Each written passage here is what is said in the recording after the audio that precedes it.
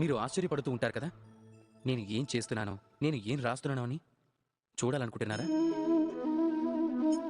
ఇప్పుడు నేను మట్టిపైన మట్టి అని ఎందుకు రాశానో అని ఆలోచిస్తూ ఉంటారు కదా, దీని వెనుక ఒక ముఖ్యమైన కారణం ఉంది.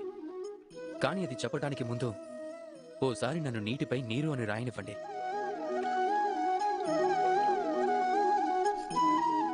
చూసారా, నేను రాసింది మీకు కనిపించడం లేదు కదా? ఇదే మీ మొదటి ప్రశ్నకు నా సమాధానం. మట్టిపైన మట్టిని రాయటం ఎంత సరళమో, నీటిపైన నీరు అని రాయటం అంతే కష్టం. సంబంధాలు కూడా కొన్ని ఇలాగే ఉంటాయి.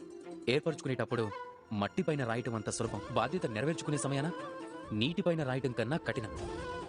ఇక్కడ ఉత్పన్నమయ్యే ప్రశ్న ఏమిటంటే నీటిపై రాయటం ఎలా అని.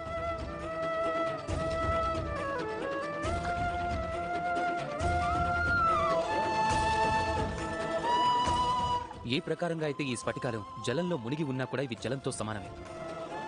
సరిగ్గా ఈ ప్రకారమే మన బాధ్యతలను కూడా మనం నిర్వర్తించాలి. ఈ స్ఫటికాలు మాదిరిగానే నిష్ఠతో లోతుల్లోకి వెళ్ళాలి. సంబంధం అప్పుడు ఎప్పటికీ వికటించదు. రాధాకృష్ణ.